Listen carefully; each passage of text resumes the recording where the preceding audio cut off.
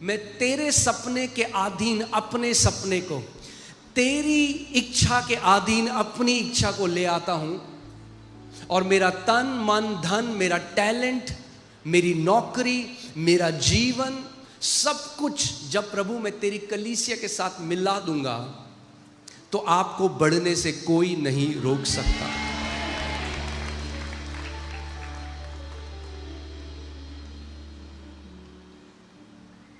और मैं हर बार इसको बोलता हूं, जब तक प्रभु आपकी आंखें नहीं खोलेगा आप नहीं समझोगे। क्योंकि कई लोग सोचते हैं अरे ये देखो ये चंदा ले रहे हैं, वो तो हम लेते नहीं यहां पे, पहली बात। दूसरी बात कि जब परमेश्वर 40 लाख इजराइलियों को रेगिस्तान में खिला सकता है तो आज भी अपनी कलीसिया को वो कर सकता है, मगर उसने जो ये प्रबंध किया है वो आपके लिए किया है। क्योंकि उसने कहा दो तो तुम्हें दिया जाएगा, हिला हिला कर, दबा दबा कर मनुष्य तुम्हारी गोदी में डालेंगे। क्योंकि लोग इस बात को नहीं समझते। उसने कहा जब तुम मेरे राज्य में बोते हो तो वापस कैसे आएगा? मनुष्य तुम्हारी गोदी में डालेंगे। That means the opportunities, the business opportunities, जो नौकरियां आपकी लगती हैं, जो फेवर आपको मिलता है मनुष्यों से, मगर वो निर्धारित कहां से हुआ? स्वर्ग से। सो कई लोग उसको नहीं देख पाते, कहते अरे ये तो मैं इतना टैलेंटेड हूं इसलिए मुझे एक नई नौकरी मिली। नहीं, दो तो तुम्हें दिया जाएगा, हिला हिला कर, दबा दबा कर मनुष्य तुम्हारी गोदियों में उंडेलेंगे। God will cause men to be good to you. God will cause men to bless you. Amen? मैं जल्दी से, अगर आप हगाई की पुस्तक लगाएं, मैं जल्दी से आपको एक सिद्धांत सिखाना चाहता हूं। मेरे पास आज कभी ऐसा होना चाहिए, हम कभी मैं एक दिन सोचता प्रभु कैंप में चलते हैं हम 3-4 दिन के लिए, किसी को घर ना जाना हो, सुबह से शाम तक हम वचन सीख सकते हैं। Because there is so much meat in the world. हाँ, जब वचन खुलता है, जब परमेश्वर खोलता है तो फिर रुकने का मन नहीं करता। सो जल्दी से अगर हम हगाई की पुस्तक में जाएं,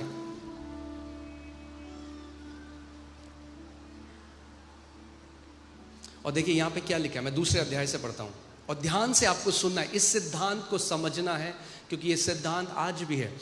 सेनाओं का यहोवा यो कहता है, ये लोग कहते हैं कि यहोवा का भवन बनाने का समय नहीं आया है। ओके, लोग क्या कहते हैं? यहोवा के भवन बनाने का समय नहीं आया है। फिर यहोवा का यह वचन हागे भविष्यद्वक्ता के द्वारा पहुंचा। So God is hearing what people are saying. परमेश्वर सुन रहा है लोग क्या कह रहे हैं। अब परमेश्वर ने अपना वचन अपने भविष्यद्वक्ता को दिया और कहा, क्या तुम्हारे लिए अपने छत वाले घरों में रहने का समय है जबकि यह भवन उजाड़ पड़ा है? क्या कह रहा है परमेश्वर? Simply what he is saying is, you are concerned about your houses, you are not concerned about my house. तुम अपने घर की चिंता तो करते हो, मगर तुम मेरे घर की चिंता नहीं करते। मेरा घर उजाड़ पड़ा है and you don't care. Okay, इसीलिए अब सेनाओं का यहोवा यो कहता है, अब सुनो, ध्यान से सुनना जो प्रभु कहने वाला है, क्योंकि इन लोगों का जो एटीट्यूड है, जो उनका स्वभाव है परमेश्वर के भवन को लेकर, उससे उनके जीवन में कुछ हो रहा है। अब ध्यान से सुनना क्या हो रहा है। इसलिए अब सेनाओं का यहोवा यूं कहता है, अपनी अपनी चाल चलन पर ध्यान करो। चाल चलन किस बारे में? परमेश्वर के भवन के लिए आपका जो स्वभाव है उस बारे में। Because God takes it personal how you consider God's house.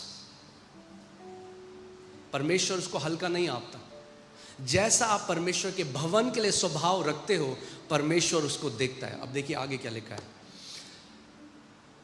तुमने बहुत बोया परंतु थोड़ा काटा।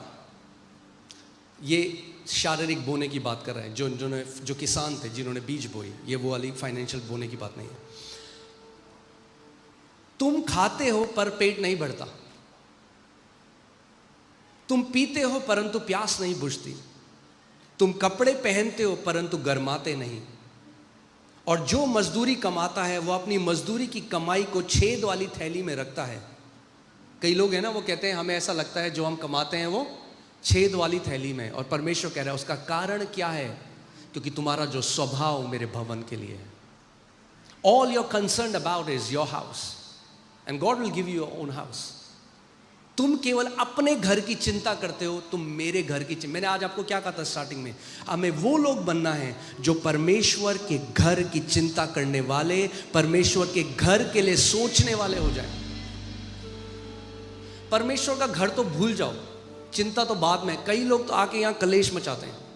आपका स्वभाव परमेश्वर के भवन के लिए आपके एरिया में हर एक जीवन के एरिया को प्रभावित करता है। इसको मानो या ना मानो, इस बात को लिख लो। मैं आज आपको लिख के दे सकता हूं। Everyone who loves God's house will flourish. जो कोई परमेश्वर के भवन से, उसके लोगों से, संतों के साथ में आने से प्रेम करता है, वो जीवन में फलता फूलता रहेगा। इसीलिए परमेश्वर का वचन भजन संहिता 92 में कहता है, जो यहोवा के भवन में रोपे जाते हैं वो उसके आंगनों में फलते और फूलते रहेंगे। रोपे कौन से लोग जाते हैं? वो नहीं जो हर संडे आते हैं। आपका केवल यहां संडे आना काफी नहीं, किस स्वभाव के साथ आप बैठते हो परमेश्वर उसको देखता है। आपके दिल में जो विचार उठते और बैठते हैं परमेश्वर उसको देखता है। आमीन। हम लोगों को आप लोगों को समझना है।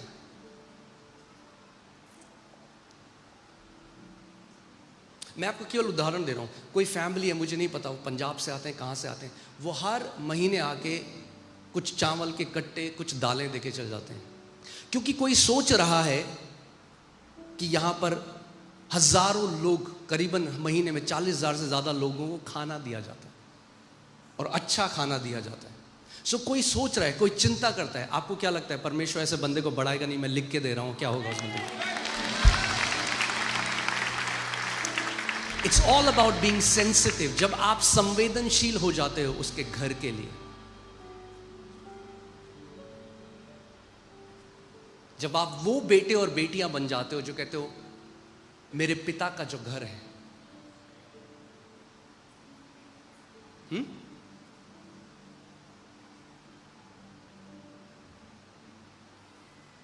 कई लोग कहते हैं हाँ चर्च बिल्डिंग नहीं, बिल्कुल चर्च बिल्डिंग नहीं, मगर मिलती एक बिल्डिंग के अंदर है। तो आपका स्वभाव जो उस बिल्डिंग के अंदर है मायने रखता है। पौलुस कहता है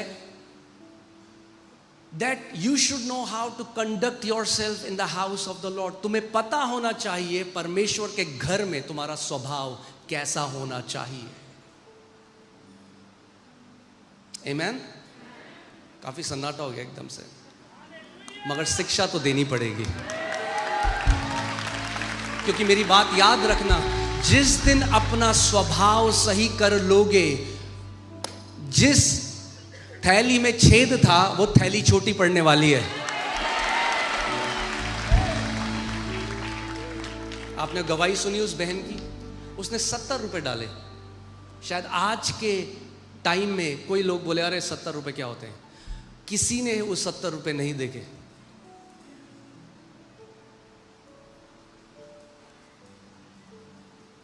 आप जानते हो, मैं आपको परमेश्वर के सामने एक बात बता रहा हूं, मैं चेक नहीं करता कौन इस कलीसिया में कितना देता है। मैंने अपने सारी टीम को बोला हुआ है, muझे नहीं पता, क्योंकि मुझे उससे फर्क नहीं पड़ता, क्योंकि आप मुझे नहीं दे रहे, आप परमेश्वर को दे रहे।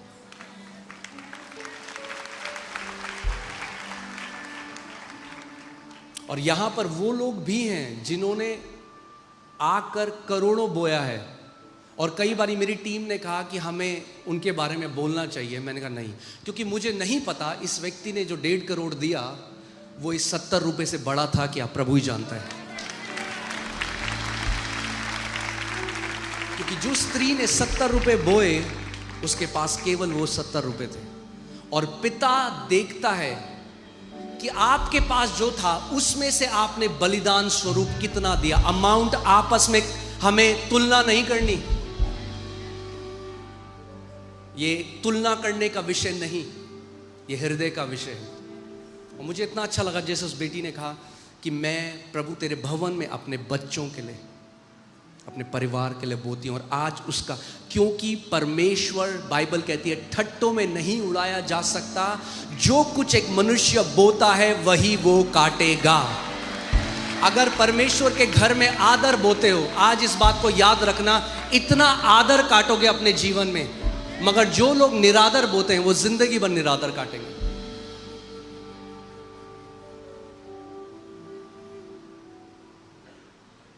आज मैं जहां कहीं जाता हूं, इतने सारे, चाहे हम यहां हो चाहे इंडिया के बाहर हो, प्रभु ने इतना आदर दिया। पर क्यों? क्योंकि जब मैं 19 साल का था, तब से परमेश्वर का एक भी दास ऐसा नहीं जो हमारे जीवन में आया हो, मेरे और पास्टर मोनिका ने, और हमने उनका आदर ना किया। क्योंकि जो आप बोओगे वो आप काटोगे। इसीलिए परमेश्वर का वचन, हमारा स्वभाव कैसा है बहुत मायने रखता है। कई लोग क्या है, रबा बाबा शाबा बाबा बा, और फास्टिंग करेंगे मगर पूरे दिन बैठ के चुगलियां करेंगे, उस कलीसिया में, उसके घर में ये हो रहा है वो रहा है। अरे वो जो ऊपर है वो अंधा नहीं है, उसकी आंखें खुली हैं, सब देखता है, सब देखता है। और एक जगह में पुराने नियम में परमेश्वर कहता है, ऐसे उपवासों से मुझे घृणा है।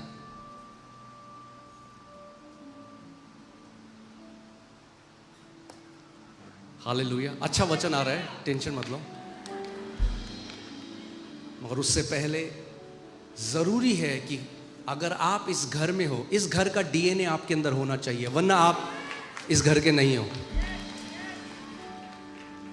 मैं आपको बता रहा हूं, कई बारी एक बहन मेरे पास आई, बोली पापा, मैंने कहा आई एम नॉट योर पापा। मैंने कहा बेटा, तेरे को देख के कोई नहीं बोल सकता कि मैं तेरा बाप हूं, बिल्कुल भी नहीं। पापा बोलने से कुछ नहीं होता, आपका डीएनए होना चाहिए, वो आपके अंदर वो डीएनए होना चाहिए। आमेन। ये घर आदर का घर है, परमेश्वर के लिए, उसके दासों के लिए और एक दूसरे के लिए, छोटे से छोटे व्यक्ति के लिए, जो खाना बना रहा है उसके लिए, जो चेयर साफ कर रहा है उसके लिए, जो बाहर गार्ड है उसके लिए भी, सबका आदर परमेश्वर के घर में है। और जब आप आदर बोते हो तो याद रखना, जब आप एक सेब का बीज बोते हो, ठीक है, एक बीज, कितने सेब आते हैं उसमें? एक आता है। क्योंकि ये परमेश्वर ने प्रकृति में एक नियम ठहराया है, जो भी बोया जाता है वो बहुत गुणा होके मल्टीप्लाई होकर आता है। तो जब आदर बोते हो तो मल्टीप्लाई होकर आदर आता है, जब निरादर बोते हो तो मल्टीप्लाई होकर आता है। आमेन। सो वापस वचन में आते हैं, ठीक है। सेनाओं का यहोवा तुमसे यूं कहता है, अपने अपने चाल चलन पर सोचो, पहाड़ पर चढ़ जाओ और लकड़ी ले आओ और इस भवन को बनाओ। आमेन। और मैं उसको देखकर प्रसन्न होऊंगा और मेरी महिमा होगी, यहोवा का यही वचन है। सो सिंपली परमेश्वर का वचन कह रहा है, जो उसके लोग हैं, उसके घर में बोए गए हैं, अगर उनके जीवन में घटी कमी है तो एक कारण की वजह से है, और वो कारण है उनका स्वभाव परमेश्वर के घर को लेकर, ठीक है। और कई लोग बोलेंगे, अरे ये तो अपोस्टल जी पुराने नियम में है। चलो नए नियम में तो ले चलते हैं कि किसी को डाउट ना हो। अब देखिए, पौलुस प्रेरित जिसने नया नियम लिखा, वो क्या कहता है? वो कुरिन्थियों की कलीसिया को सिखा रहा है,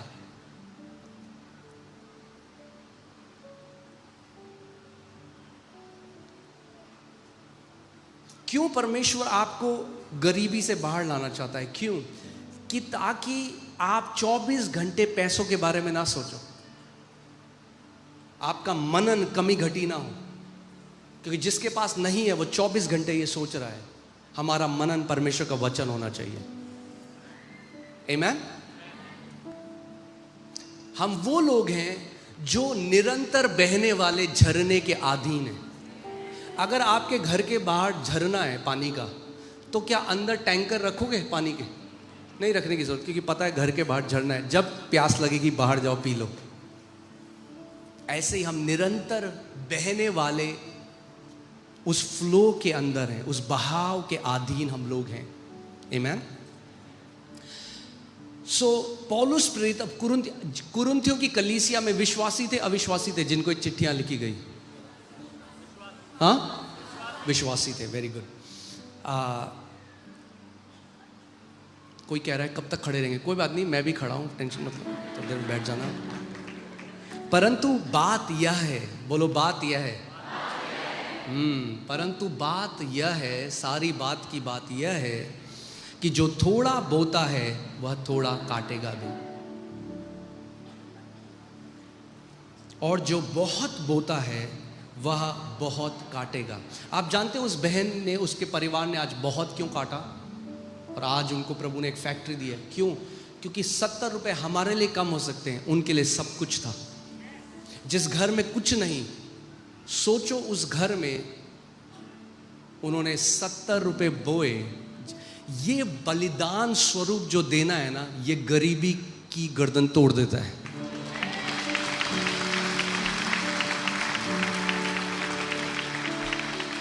और जिसने ये चखा है वही ये जानता है, क्योंकि ये ऐसे देने की वजह से आज ये कलीसिया यहां तक आई है, क्योंकि ये परमेश्वर का सिद्धांत है।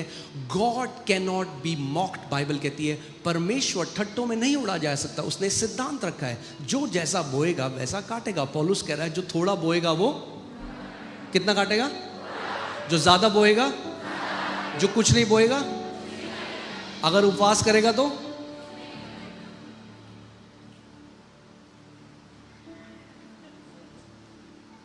यानी आपकी जो कटनी है वो कभी भी कंफ्यूज नहीं होगी। आपकी कटनी हमेशा आपके बीज के अनुसार होगी। यानी परमेश्वर निर्धारित नहीं करता कि मेरी कटनी मेरे जीवन में, जो बहाव मेरे जीवन में है वो कैसा होगा। और थोड़ा का मतलब क्या है? पौलुस कह रहा है जो तुम्हारे लिए थोड़ा है, हो सकता है जो तुम्हारा थोड़ा है किसी के लिए बहुत हो, या हो सकता है जो तुम्हारा बहुत है दूसरे के लिए थोड़ा हो।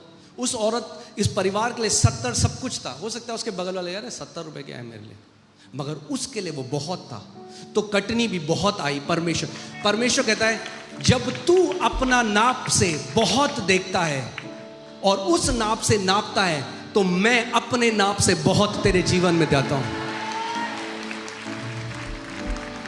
जब तू अपने नाप से थोड़ा देखता है और कंजूसी करता है मेरे घर में, तो मैं भी अपने नाप से थोड़ा तेरे जीवन में देता हूं। इट्स अ प्रिंसिपल, आपको समझना पड़ेगा। ये सिद्धांत, ये चंदा नहीं है कि कलीसिया में पंखे चलने चाहिए। इस बात को याद रखना, एक व्यक्ति नहीं देगा तब भी इस कलीसिया का, खैर पंखे तो है ही नहीं, यहाँ पे कुछ बंद होने वाला नहीं है, क्योंकि ये यीशु की जीवित कलीसिया है।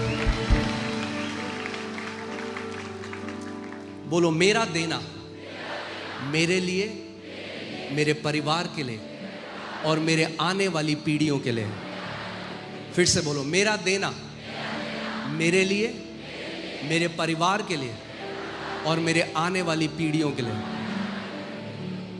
इस बात को समझो, केवल आपका तो होगा ही। आज आपके घर में जो खाना आता है, आपकी प्लेट में जो खाना आता है, पता है क्यों आता है?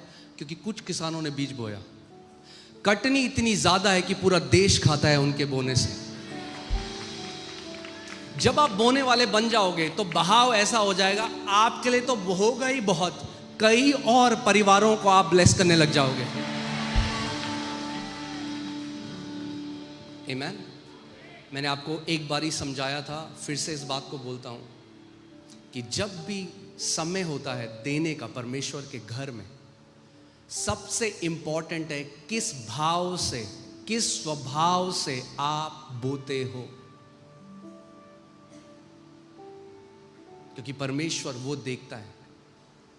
वचन कहता है कि जब लोग परमेश्वर के घर में बोने आते थे तो यीशु मसीह खड़ा होकर देखता था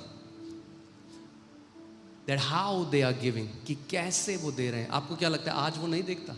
आज भी देखता है, आज भी देखता है। क्यों शैतान कलीसिया से नफरत करता है और वो चाहता है आज क्या हुआ, अरे घर में बैठो हो तुम 2-3, हम तो कलीसिया हैं।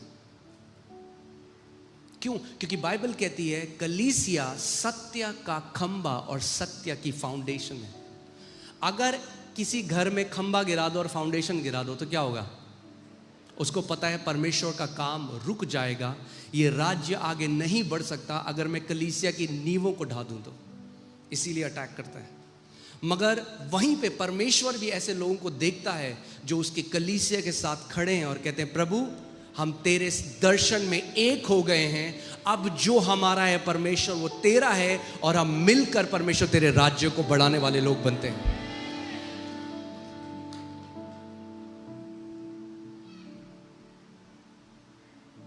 आमीन।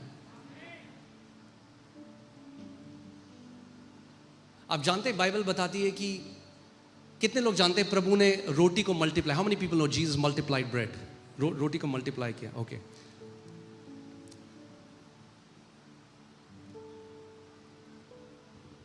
कितने लोग जानते हैं यीशु मसीह रोज ऐसा नहीं करता था? जानते हैं? नहीं जानते? चलो बताता हूं वचन से।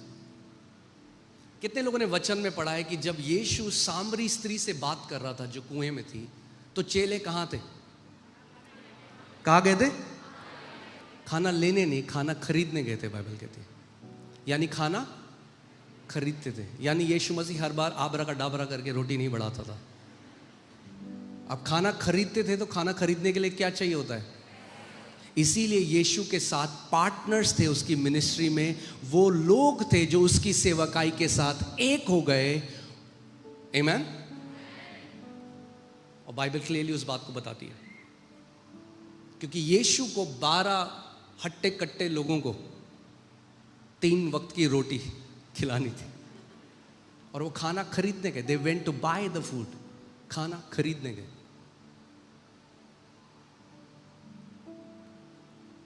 समझो इस बात को, अगर यीशु को जो परमेश्वर देह में है, अगर उसको उन पार्टनर्स की जरूरत थी, उन लोगों की जरूरत थी जो उसके साथ एक हो गए दर्शन में, तो आज की कलीसिया को भी विश्वास योग्य पार्टनर्स की जरूरत है।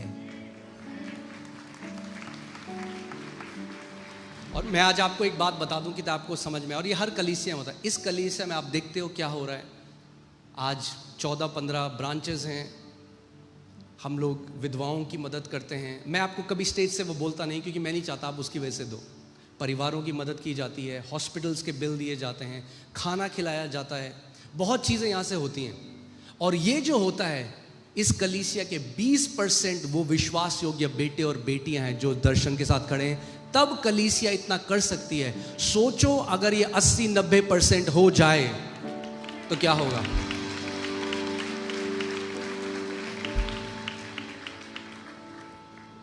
ओके, तो मैं चाहता हूं बस ये प्रकाशन से आपको करना, इसलिए नहीं कि मैं आज आपको कह रहा हूं, इसलिए प्रकाशन को समझना है।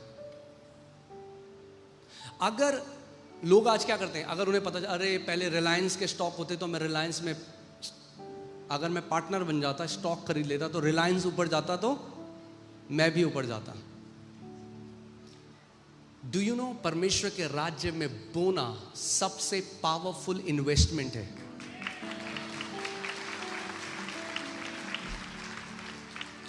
क्यों? क्योंकि ये जीवन के साथ भी और जीवन के बाद भी।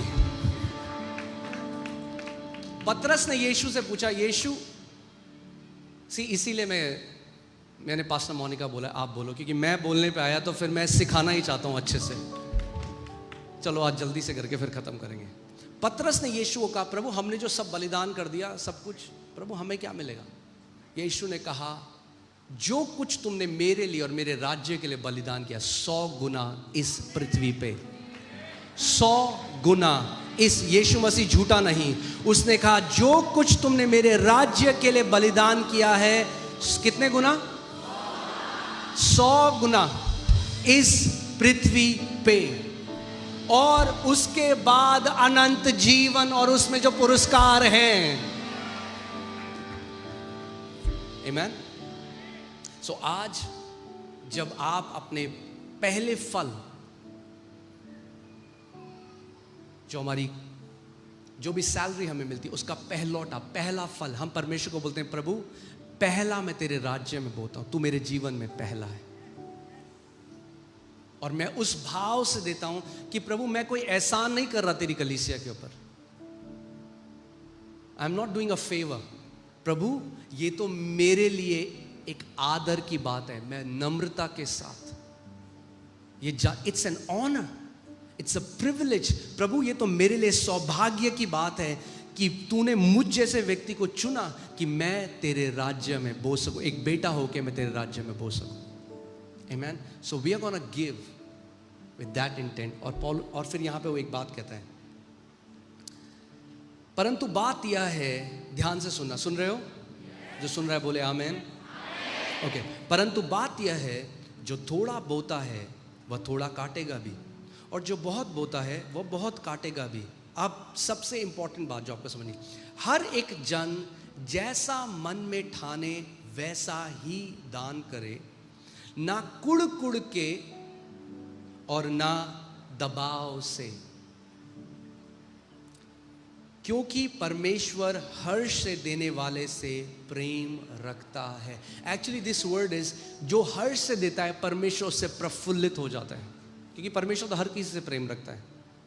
मगर जब वो ऐसे लोगों को पाता है जिनका स्वभाव उसकी तरह है, क्योंकि जब उसने जगत से प्रेम किया तो क्या किया, अपना जो बेस्ट था वो दे दिया।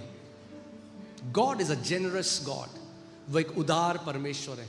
और जब वो उदार लोगों को देखता है तो उसका हृदय क्या होता है, वो प्रफुल्लित हो जाता है, वो हर्षित हो जाता है।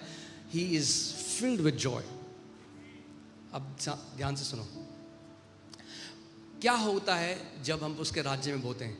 परमेश्वर सब प्रकार का अनुग्रह तुम्हें बहुतायत से दे सकता है, जिससे हर बात में, बोलो हर बात में, और हर समय, कहते कहते आवाज का ऊंचा हो जाना, आंखों में आंखें डालकर लड़ जाना, और ये कभी ना सोचना कि कोई क्या सोचेगा।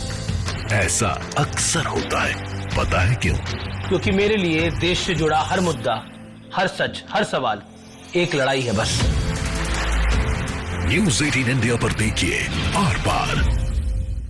अब देखिए न्यूज़ 18 इंडिया के यूट्यूब चैनल और अपने स्मार्ट टीवी पर। so that you may have abundance, तुम्हारे पास क्या होगा? बहुतायत होगा।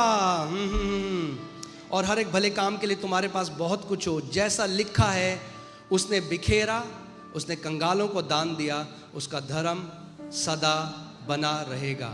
अतः जो बोने वाले को बीज और भोजन के लिए रोटी देता है, वह तुम्हें बीज देगा। प्रभु बीज क्यों देता है हमें? किस लिए? बोने के लिए। सोचो, अब आज हमें एक काम करें, पूरे हिंदुस्तान में जितने बीज हैं सब खा जाए, बोए ना, क्या होगा? भूखमरी हो जाएगी। Because your seed prophesies your future. आपका बीज आपके भविष्य की भविष्यवाणी करता है, क्योंकि जैसा आप बोते हो ये निर्धारित करता है आपका भविष्य में आपके पास कैसा होगा। आमीन। अतः जो बोने वाले को बीज और भोजन के लिए रोटी देता है, वह तुम्हें बीज देगा और उसे फलवंत करेगा और तुम्हारे धर्म के फलों को बढ़ाएगा। तुम हर बात में सब प्रकार की उदारता के लिए, जो हमारे परमेश्वर का धन्यवाद करवाती है, धनवान किए जाओगे। क्या किए जाओगे? धनवान किए जाओगे। हालेलुया।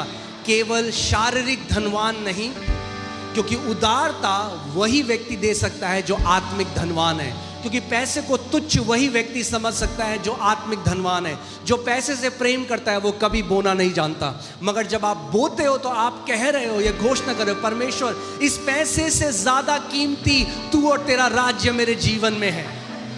हालेलुया। सो अपने हाथों को खड़ा करो, अपने हाथों को उठाओ, और जैसे हम आराधना करते हैं परमेश्वर से पूछो, प्रभु मैं कैसा बीज बोऊं, और जैसा वो आपको बोलता है आपके हृदय में, उसकी आज्ञा को मानते हुए वैसा आज हम बोएंगे।